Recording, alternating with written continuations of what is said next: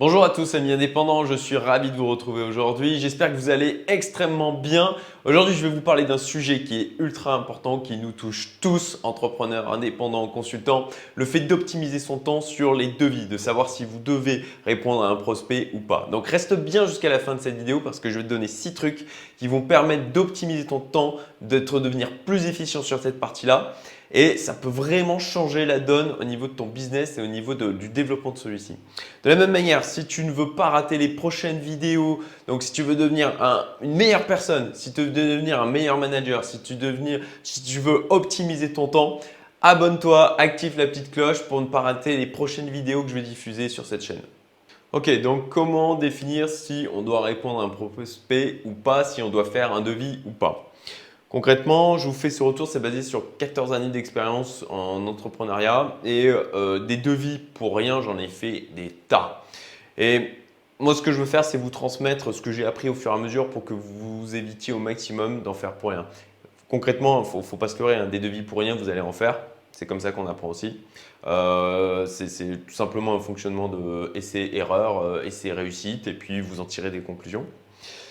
Et en fait, il faut éviter au maximum de passer du temps sur des prospects, avec des prospects et à leur faire des propositions qui ne vont rien donner parce que c'est du temps que vous ne pouvez pas mettre ailleurs pour des choses qui ont de plus forte valeur ajoutée. Alors je comprends, hein. Au début, on se lance et on va répondre à tout ce qui passe parce qu'on a besoin de faire entrer du chiffre, on a besoin aussi de se rassurer et c'est aussi une manière voilà, de ne pas culpabiliser, de ne pas en faire assez pour pouvoir avancer. Et en fait, ça, c'est ce qu'on appelle en investissement, c'est le FOMO, Fear of Missing Out. C'est le fait d'avoir peur de rater une opportunité. Donc du coup, on se met à faire des choses qui ne sont pas forcément logiques. Même si vous répondez à des prospects, parfois vous dites il y a quasiment aucune chance que ça réussisse. Vous y allez quand même. Parce que vous allez sinon avoir la peur de voir potentiellement de rater une opportunité. Il faut faire attention à ça, autant au niveau investissement que en fait, de manière générale dans la vie, parce que en fait, ça va utiliser un déclencheur qui est chez nous, qui est la peur de perdre. En fait, la peur de perdre une opportunité. C'est quelque chose qui est plus fort, la peur de perdre est plus forte que l'envie de gagner. Et c'est d'ailleurs pour ça qu'on se retrouve parfois dans l'immobilisme, dans des positions défensives qui ne nous font pas avancer dans notre vie, parce qu'on a plus peur de perdre ce que l'on a, même si ça ne nous satisfait pas complètement, plutôt que d'avancer pour pouvoir gagner mieux, quoi. Voilà. Donc alors, les 6 points en question, premier point, ça va être de savoir si la proposition va être réutilisable ou pas. En clair, est-ce que vous allez pouvoir capitaliser sur celle-ci? Si vous faites une proposition, un devis pour un prospect, vous savez que vous allez pouvoir réexploiter cette proposition pour pouvoir la réutiliser à plusieurs reprises. À la rigueur, même si vous savez qu'il y a peu de chances que ça réussisse cette fois, vous pouvez y aller. D'ailleurs, moi, c'est comme ça que j'ai commencé en fait à faire les réponses aux appels d'offres publics. Forcément, au début, on tâtonne, on ne sait pas trop comment on doit monter le dossier, on ne sait pas trop comment on doit se présenter, on ne sait pas comment on doit tourner les choses d'un point de vue réponse technique. Et je savais au début que tous les trucs auxquels on répondait, on allait se planter. Et ça n'a pas manqué. Des appels d'offres publics avant de vraiment en gagner, je crois que on a dû en perdre une quinzaine, 10 ou 15 facilement. Mais à chaque fois que je faisais cette réponse, je progressais. Et je savais que j'allais pouvoir capitaliser parce que c'était dans la stratégie. Je savais que j'allais pouvoir capitaliser sur chaque échec, apprendre de ça pour pouvoir finalement réussir. C'est d'ailleurs ce qui nous a permis après de gagner un premier département et puis de fil en aiguille, on a réalisé 11 sites portails de département. C'est tout simplement le fait d'avoir pu capitaliser et puis d'être dit ok, effectivement je me suis planté cette fois, mais à chaque fois d'apprendre et de s'améliorer. Donc essentiel de savoir si vous allez pouvoir capitaliser dessus, si vous avez une demande ultra spécifique. Typiquement, je prends ainsi un exemple que je connais. On nous demande de faire une propale sur une techno qu'on ne connaît absolument pas, sur un truc qui a été développé par quelqu'un d'autre qu'il faut reprendre, améliorer. On sait que le temps qui va être pris en analyse du sujet qui va être en dehors potentiellement de notre zone de compétence, c'est un temps sur lequel on ne pourra pas capitaliser. Donc, si ça ne se fait pas, en fait, ce temps-là sera perdu. Donc, Les choses comme ça, sauf s'il y a vraiment de grandes chances pour que ça se fasse derrière, évitez-les. Sauf si, encore une fois, ça rentre dans votre stratégie, que vous voulez aller sur cette techno. Donc, vous pouvez, et donc ça rejoint mon point d'avant, vous pouvez capitaliser dessus, donc ça vaut le coup. Ensuite, pour savoir aussi si le projet a des chances de se faire ou pas, il faut qualifier le prospect. Alors, ça vient avec l'expérience. Concrètement, vous allez au fur et à mesure définir votre client idéal. Ce qui est potentiellement en accord avec vos valeurs, ce qui est en accord avec vos attentes budgétaires. Et ça ne va pas se faire comme ça. Alors, si parfois, il y a des gens qui ont suffisamment d'expérience déjà en tant que salariés pour pouvoir définir clairement leur client idéal. Si ce n'est pas le cas, eh ben, même chose, essai, erreur, apprentissage, ni plus ni moins. De ce côté-là, moi, je donne encore un exemple, les villes. Alors, on travaille avec la ville d'Aix-en-Provence notamment, mais c'est, je dirais, un cas particulier parce que ça se passe extrêmement bien avec eux, que, en fait, ils ont du budget derrière, tout simplement. Si on a arrêté de répondre en ville, c'est parce que bien souvent, les briefs étaient succinct, si ce n'est parfois quasi inexistant, qu'ils venaient souvent pour tâter le terrain et savoir quel devis ils pouvaient avoir, quel budget il fallait compter pour leur projet, de manière à éventuellement derrière le passer en commission pour que ça soit ratifié par les élus, etc. Les processus de décision sont très longs, même s'ils vous disent le contraire, qu'ils vous disent oui, c'est l'élu, c'est sa marotte du moment, il veut absolument que ça sorte. Dans la plupart du temps, la plupart des cas, c'est du bullshit. Une fois qu'ils auront le devis, qu'ils auront le tarif devant eux, ils vont réfléchir par rapport à ça, ça va prendre du temps et ça se fera ou pas. Et même potentiellement, vous serez juste servi encore une fois de lièvre pour pouvoir définir le budget et qu'ils puissent aller bosser avec un prestataire qu'ils avaient déjà retenu. Donc, voilà, en tout cas, tout ça pour dire que nous, les villes, typiquement, on sait que ça, si on vient nous interroger, on ne se positionne pas. Et d'ailleurs, maintenant, je le dis qu'on ne se positionne pas avec les villes, qu'on ne travaille qu'à partir de communautés d'agglomération, communautés de communes éventuellement et de départements. Donc, la qualification du prospect, essentiel. Même chose, comme je disais avant, n'allez pas en dehors de votre zone de compétence s'il n'y a pas de stratégie derrière. Voilà. Ça vient aussi dans le côté qualification du prospect. C'est lié dans le sens où si vous avez un prospect si vous avez une expertise, on va dire, sur une certaine typologie de client qui fait votre valeur ajoutée et que vous avez un prospect qui vient, qui sort de ce domaine d'expertise, le truc, c'est que vous allez drastiquement diminuer vos chances de réussite, même si c'est peut-être sur les mêmes technos, même si c'est sur quelque chose que vous maîtrisiez. Encore une fois, si ça ne vous rentre pas dans votre stratégie, vous évitez. Identifier sur le projet est sérieux ou pas. Ça, c'est nouveau point important. Concrètement, il y a une corrélation directe entre la qualité du brief de votre client, le niveau de détail qu'il y a apporté et la probabilité que ça se fasse derrière. Si vous avez un truc, moi je prends encore une fois mon exemple, création de site internet, création d'application mobile pour Arcris. Si on a un brief qui prend 2 pages, on fuit, on ne répond pas. De la même manière, si on a un cahier des charges qui nous est transmis ou on sait que ça a été fait par un stagiaire, même chose, on ne répond pas. Parce que concrètement, si vous avez un projet qui est stratégique pour vous, sur lequel vous voulez vraiment, qui est important pour vous, je suis désolé, à mon sens, vous ne le donnez pas à faire à un stagiaire. Donc, la qualité du brief, la manière dont le client va vous le présenter, son niveau de préparation, ça vous permettra de savoir si oui ou non c'est sérieux ou si concrètement c'est juste histoire de tester le terrain, de voir un peu ce que ça pourrait donner et qu'il n'a pas vraiment… voilà, c'est une idée comme ça et puis se dit ah bah tiens je vais contacter des entreprises, je vais leur demander de faire des devis. Franchement ça arrive souvent. Donc si c'est le cas, vous fuyez. Même chose, horizon de temps. Demandez à votre client à quel horizon de temps il prévoit son projet. Si c'est très vague, qu'il ne sait absolument pas, fuyez. Voilà, fuyez, ce n'est pas sérieux. Le budget, alors ça c'est un sujet qui est essentiel. Vous allez souvent avoir des clients qui ne vont pas vous donner de budget. Ils vont vous dire, alors il y en a certains qui vont vous dire je n'ai pas de budget, je ne sais pas. Je ne sais pas, même si, alors souvent, ça va avec le fait que le brief n'est pas bien monté. Concrètement, si votre client a bien préparé son brief, il sait quand même, il s'est renseigné, il sait à peu près combien ça coûte, donc il sait à peu près où il va de ce point de vue-là. Si vous dites que non, il ne veut pas vous communiquer dessus, etc., vous pouvez aller gratter à ce niveau. Alors surtout, là, c'est d'autant plus facile. Si vous dites je n'ai pas de budget, je ne sais pas, c'est d'autant plus facile d'utiliser cette technique. Ça va être simplement de resserrer les mailles du filet.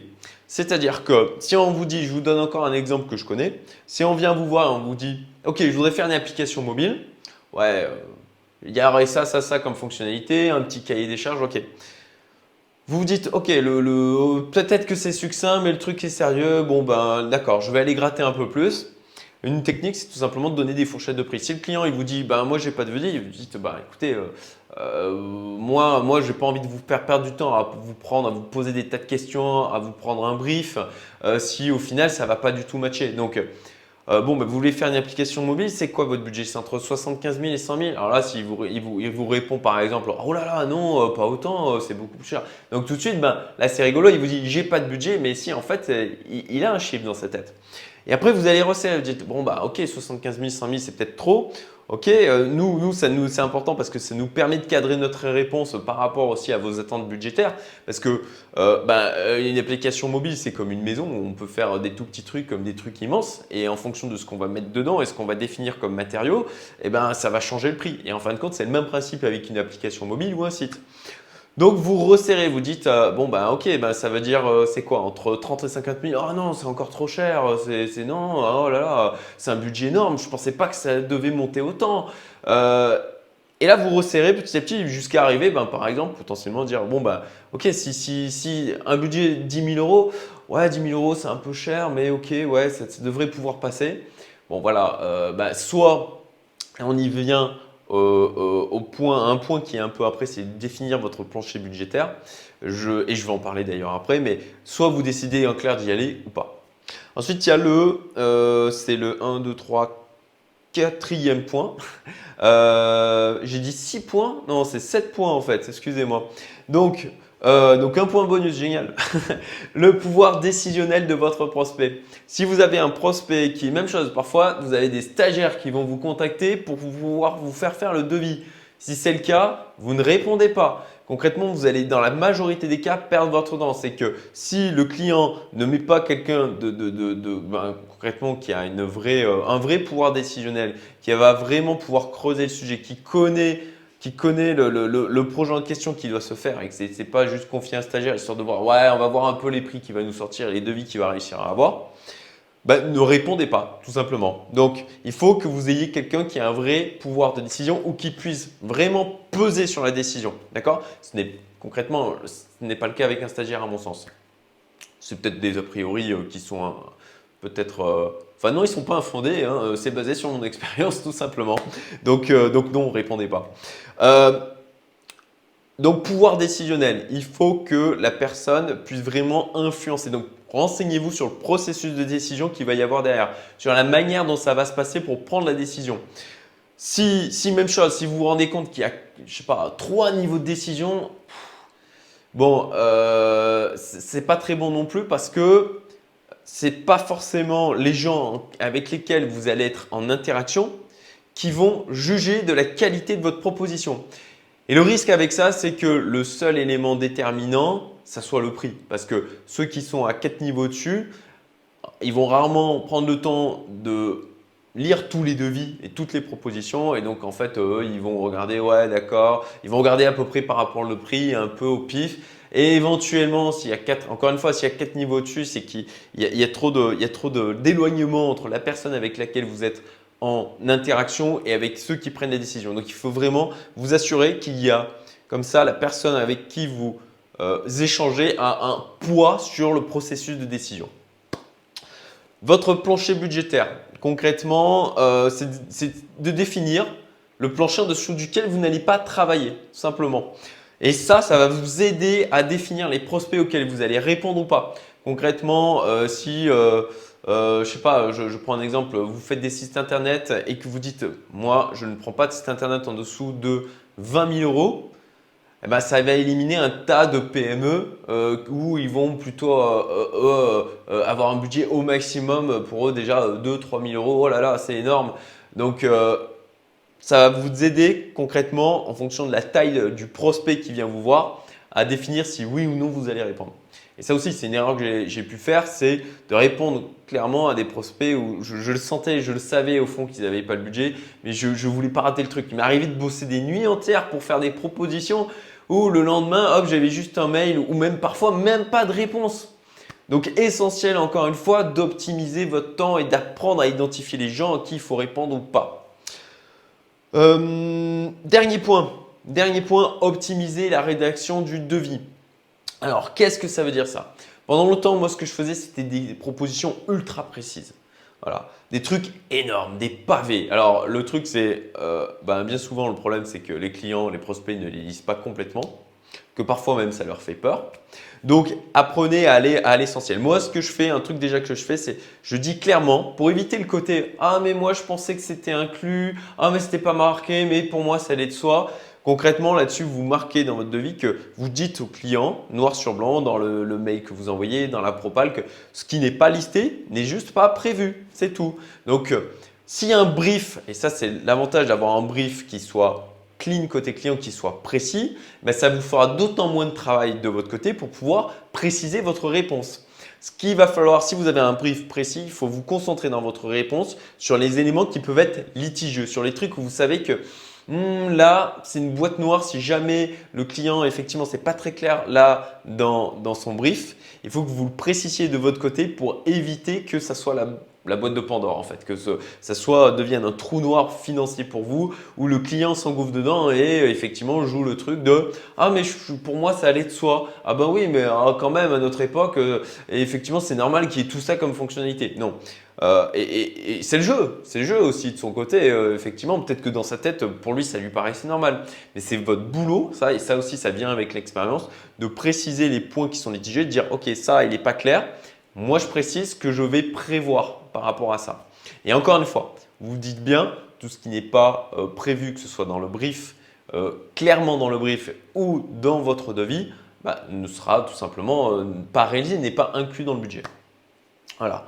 Enfin, il faut aussi apprendre à dire non, dans le sens où il faut le faire de manière diplomatique. Parce que même si ce prospect-là, ça ne marche pas avec lui, potentiellement, ça pourra marcher avec quelqu'un qui connaît. Donc, le mieux, c'est de dire clairement, encore une fois, de manière diplomatique, que si nous, c'est une ville qui vient nous chercher, on dit clairement, désolé, mais on travaille principalement avec des collectivités qui ont une taille qui est plus importante. Voilà, communauté d'agglo, ville, pourquoi pas, mais avec d'une certaine taille, département, région. Et de la même manière, si ça sort de votre zone de compétence, vous vous le dites aussi, vous dites désolé, je ne vais pas être le plus qualifié pour répondre à votre besoin, donc je ne préfère pas y répondre parce que je ne serai pas le mieux placé d'un point de vue financier. C'est tout à fait entendable et je pense même que votre prospect, il vous en remerciera parce que vous allez éviter de lui faire perdre du temps. Et puis, souhaitez-leur le meilleur pour la réussite de leur projet, tout simplement. Et si, de la même manière, chose que moi j'ai pu faire pendant longtemps, c'est juste de dire non. Mais si vous avez la possibilité d'exploiter en fait un prospect que vous ne pouvez pas transformer pour pouvoir l'amener à quelqu'un d'autre, à ce moment-là, c'est judicieux de le faire parce que ça vous permettra de, en négociant avec cette personne, de gagner un pourcentage. Voilà, une commission d'apporteur d'affaires. C'est d'ailleurs un truc qu'on fait tout simplement dans Youmento, c'est qu'on a mis en place ce système d'apporteur d'affaires parce qu'on a tous comme ça des clients, des prospects qui viennent nous voir auxquels nous on ne peut pas répondre parce que potentiellement on n'a pas le temps ou parce que ça sort de nos zones de compétences, mais on peut, et c'est ce qu'on a mis en place dans Youmento. Vous pouvez, si vous êtes dans Youmento, dans notre communauté, vous pouvez rediriger le besoin auprès d'un autre membre de Youmento ou le publier au sein de la communauté et à ce moment-là avoir un pourcentage, c'est 8% d'apporteur d'affaires, un pourcentage du coup sur la prestation qui aura été réalisée. Voilà, c'est une manière encore intelligente d'exploiter le réseau que vous possédez, les gens qui vous contactent sans forcément vous demander plus de travail. Voilà, j'espère que cette vidéo vous a plu. Si encore une fois elle vous a plu, merci de mettre un petit commentaire, un petit j'aime pour me dire que ça vous a plu. S'il vous manque des choses, si vous n'êtes pas d'accord avec des trucs, pareil dans les commentaires. J'ai fait un article sur le sujet, donc je le mets en lien dessous. Si vous préférez en version écrite, vous pouvez aller le voir. Du coup, c'est assez détaillé. Je vous rappelle aussi que toutes les vidéos sont aussi en podcast. Donc, si vous voulez nous suivre aussi en podcast, vous pouvez le faire sur SoundCloud et Podcast Apple. Et voilà, du coup, j'espère que ça vous a plu. Abonnez-vous si vous ne voulez pas rater les prochaines vidéos et puis en apprendre plus pour accélérer votre business. Et je vous dis du coup à très bientôt. Au revoir!